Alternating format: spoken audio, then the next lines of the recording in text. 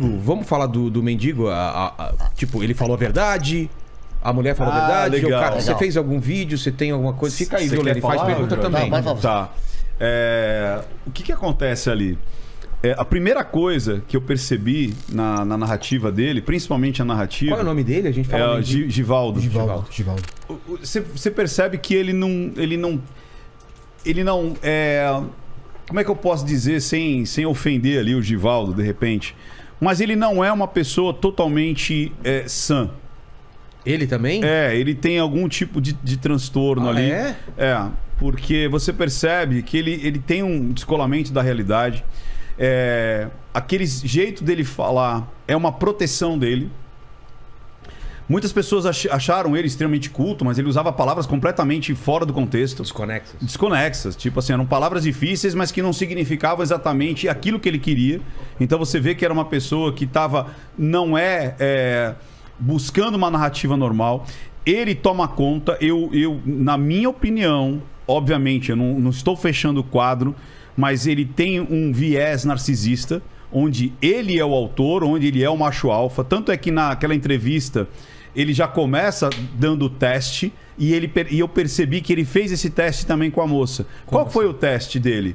Olha, é o seguinte, as geleiras, a guerra, o Micron, mas vamos fazer um minuto de silêncio. Então ele faz testes de dominação.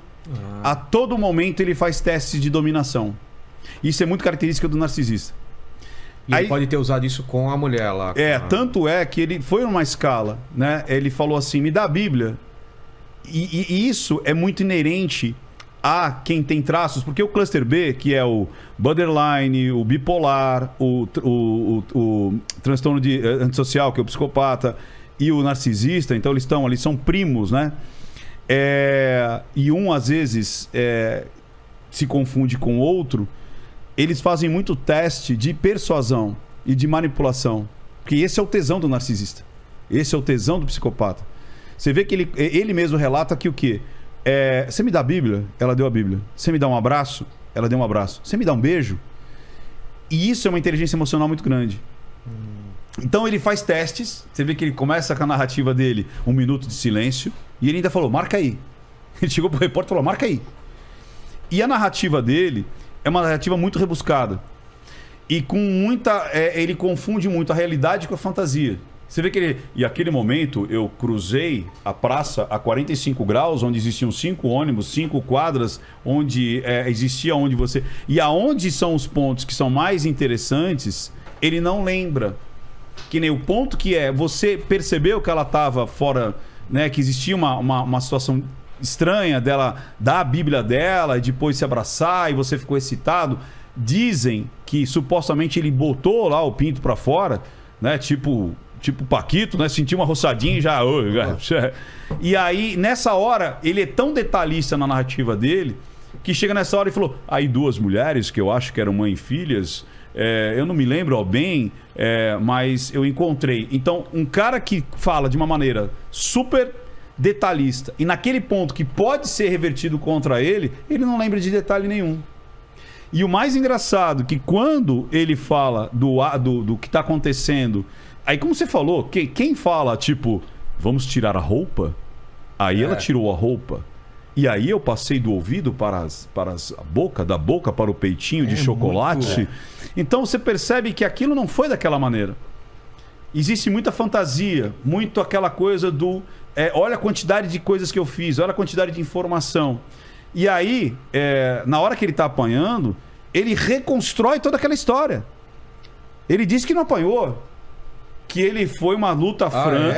Ele diz que não apanhou. Ele diz assim, trocamos uma luta franca e ele desiste, não sei porquê, da luta. E eu saio andando e vou até o hospital. Isso não aconteceu. Que doido, ele fez toda uma fantasia. Uma fantasia. Me parece um pouco a história do Don Quixote isso, né, cara? Isso, boa, Len. Exatamente isso. Os moinhos são gigantes. Então ele traça muito essa loucura entre os fatos e a realidade. E nesse ponto, eu ainda falei, né? Eu falei assim, poxa, podiam confrontar ele com as imagens. E naquele dia que eu fiz análise, à noite, Não sei se o repórter viu a minha análise ou não, mas ele fez exatamente o que eu gostaria que fizessem. Botaram lá a câmera e falaram assim: e aí, não é você? Não, esse carro. O carro era vermelho, não era branco, era vermelho. E outra, esse não sou eu. Por quê? Porque ali ele estava apanhando. Ali ele não era o macho alfa. Ali ele toma porrada doidade e fica lá de quina pra lua, né? Desacordado e com a bunda ali de quina. Isso não aceita, o narcisista não vai aceitar isso de forma alguma. Ele foi subjugado. Você entendeu? Só que daí há essa repercussão que é muito doido, né? Que assim, tipo, quanto que a sociedade tá doente, né? Porque onde o homem que protege a esposa é tirado como o babaca, o corno idiota. E o cara que se aproveita de uma mulher que muito provavelmente estava em surto. Aí, Ricardo, por que você acredita que ela estava em surto? Primeiro, porque o marido não aceitou aquela situação. Vamos supor que fosse uma parafilia, vamos supor que fosse uma combinação de casal. Ele não teria aquela... O que é parafilia? Parafilia é quando você tem uma atração de satisfação sexual não aceita naquela sociedade. Então, por exemplo, eu tenho tesão por crianças, parafilia. Eu tenho tesão por animais, defunto, parafilia. Entendi. Você entendeu? É tudo aquilo que não é convencional para aquela sociedade. Tenho tesão com as costas da mão das pessoas.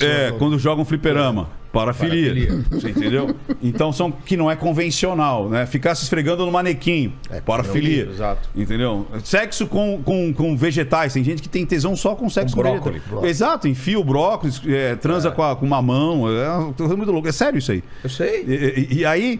O que acontece? Vamos lá, vamos fazer uma enquete com o pessoal de casa e aqui. Não, como você falou, vamos supor que... Vilela, se você fosse trair a sua esposa, beleza? Aí você só tem um único carro em casa. Tá. Você usa o carro. Sim. Sua esposa usa o carro, beleza? Claro. Aí você tem um encontro com a sua esposa às 6h30, 7 horas da noite. Você sai às 4 para transar com alguém, fica 4 horas transando dentro do carro e esquece da vida? Não. Você tá entendendo? Porque foi isso que aconteceu? Foi isso que aconteceu. Ela saiu com o carro, sai, era o único carro. O único carro, fica das 5 às 11 transando dentro do carro e volta para casa sem banho, sem nada. Tipo, sem despistar e tudo mais. Não tem sentido lógico, mesmo se fosse uma vontade, um matar, uma parafilia. Entendi. Não tem sentido lógico. Por isso que a linguagem silenciosa, ela não é, de novo, só uma expressão. É a narrativa, é o contexto, é o rito da mensagem. Provavelmente foi um surto, então, mesmo. Muito provavelmente, sim. E ele tem também o probleminha dele. E hoje ele é um idiota útil. Porque a galera tá utilizando dele, tá utilizando... Você viu aquela menina que foi lá e deu um beijo nele? Influencer lá. E agora ela foi verificada. Olha que interessante. Olha, ou seja, ela foi atrás dele, pede o beijo, aí aparece fulana de tal, beija mendigo, agora ela pediu a verificação. Olha lá, eu fiquei famosa, as pessoas já me reconhecem pelo nome. Então, que doideira, a gente fala, cara, que a sociedade ela tá vivendo um momento, isso não só Brasil, mas mundo, é um momento patológico, cara. É muito doido isso. Você entendeu? É muito doido. É muito doido. O Paquito quer falar alguma coisa? A gente tá precisando verificar nossos perfis. Vocês têm contato do mendigo? Boa, Paquito! Olha, tá engraçadão, hein? Tá engraçadão. Engraçadão. Tá espertinho,